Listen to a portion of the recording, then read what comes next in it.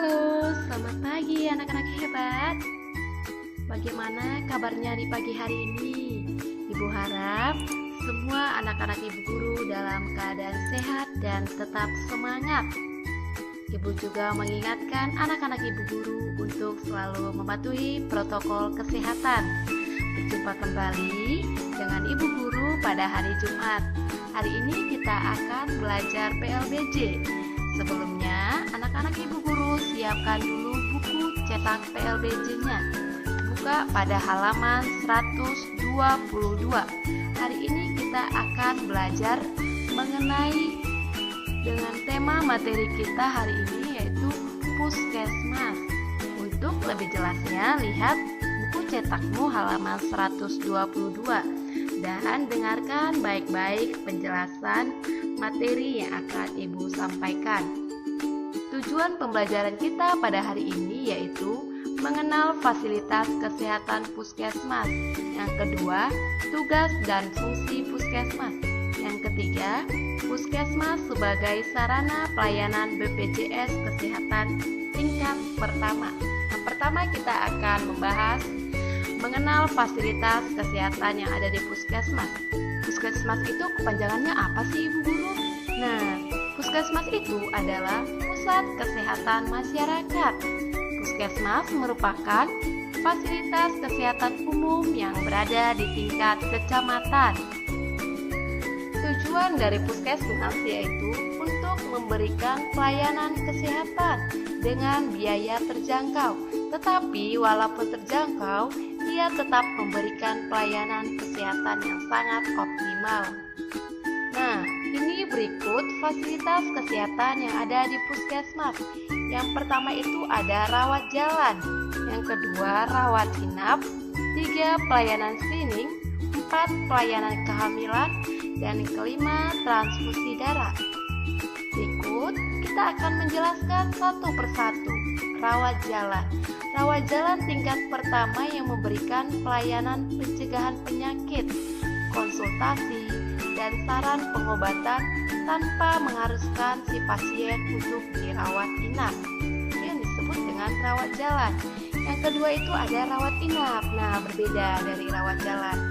Rawat inap tingkat pertama yang memberikan pelayanan dan penanganan kesehatan terhadap pasien yang mengharuskannya diinapkan di suatu ruangan khusus. Maksud dari ruangan khusus ini yaitu ruang inap.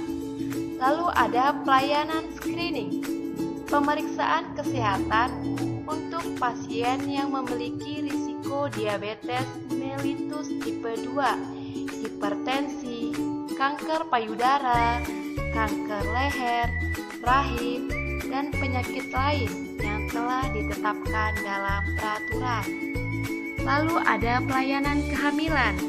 Pelayanan kehamilan yaitu pemeriksaan kondisi ibu hamil, membantu persalinan, perawatan pada masa nifas, menyusui, program keluarga berencana, serta imunisasi dasar pada bayi. Pada waktu kecil, anak-anak ibu guru pasti dibawa ke puskesmas untuk imunisasi. Lalu ada transfusi darah. Nah, transfusi darah adalah proses menyalurkan darah ke sistem peredaran darah seseorang. Transfusi darah dilakukan sesuai dengan golongan darah orang yang ditransfusi. Ada 4 golongan darah yaitu A, B, AB, dan O. Orang yang mendapat transfusi hanya dapat menerima darah yang bergolongan sama.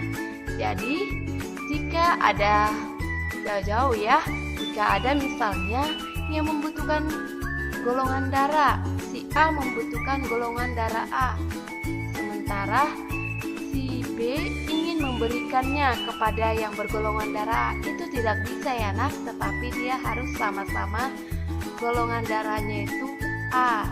Tidak bisa yang golongan darah A menyalurkan darah golongan O, itu tidak bisa.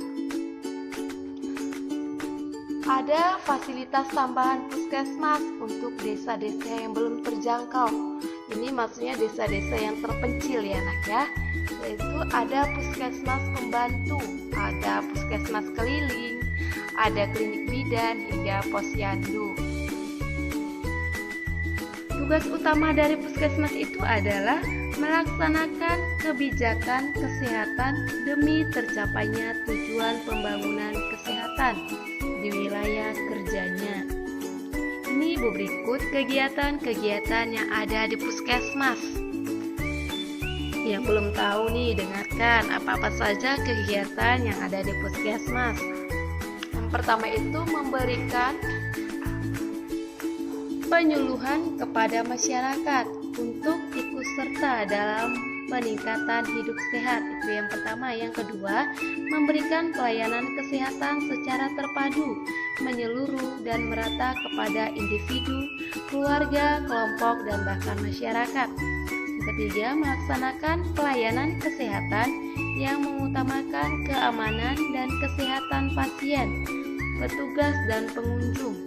Lalu melaksanakan rekam medis, memberikan rujukan sesuai dengan penyakit yang diderita pasien untuk penanganan yang tepat, meningkatkan kemampuan dan keahlian tenaga kesehatan.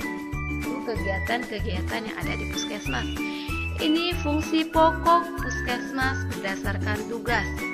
Pertama, menyelenggarakan upaya kesehatan masyarakat atau yang disingkat dengan UKM tingkat pertama di wilayah kerjanya. Yang kedua, menyelenggarakan upaya kesehatan perseorangan atau UKP tingkat pertama di wilayah kerjanya. Apa itu UKM dan UKP? UKM itu kepanjangan dari upaya kesehatan masyarakat. Nah, setiap kegiatan pelayanan kesehatan yang ditujukan untuk pemeliharaan, peningkatan, pencegahan, penyembuhan penyakit, serta pemulihan kesehatan keluarga, kelompok, dan masyarakat. Lalu UKP, upaya kesehatan perseorangan. Setiap kegiatan pelayanan kesehatan yang ditujukan untuk pemeliharaan, peningkatan, pencegahan, penyembuhan penyakit, serta pemulihan kesehatan perseorangan. Lalu berikutnya ada pelayanan BPJS Kesehatan tingkat pertama. BPJS kepanjangan dari Badan Penyelenggara Jaminan Kesehatan. Peserta BPJS Kesehatan wajib membayar iuran sesuai kewajibannya. Ini biasanya dibayar setiap bulannya ya nak ya. Nah, ada keuntungan menjadi anggota BPJS, yaitu pasien bisa mendapatkan pelayanan kesehatan dengan keringanan biaya, bahkan tanpa dipungut biaya sama sekali saat kamu berobat, tapi harus membawa kartu BPJS-nya. Ini berikut kemudahan yang bisa kamu dapatkan melalui pelayanan BPJS. Yang pertama itu, apabila pasien berada di luar wilayah puskesmas atau fasilitas kesehatan tempat pasien terdaftar, pasien tetap bisa berobat di puskesmas manapun. Yang kedua, jika ada kejadian gawat darurat, pasien juga bisa mendapatkan pelayanan kesehatan di puskesmas atau fasilitas kesehatan manapun. Ketiga, jika pasien memerlukan pelayanan kesehatan tingkat lanjut, dokter di puskesmas atau fasilitas kesehatan akan memberikan rujukan agar pasien dapat melanjutkan pengobatan ke fasilitas layanan kesehatan yang lebih besar seperti rumah sakit. Itu kemudahan yang kita dapatkan ketika menggunakan BPJS. Nah, sekian materi yang bisa Ibu sampaikan kepada anak-anak Ibu guru.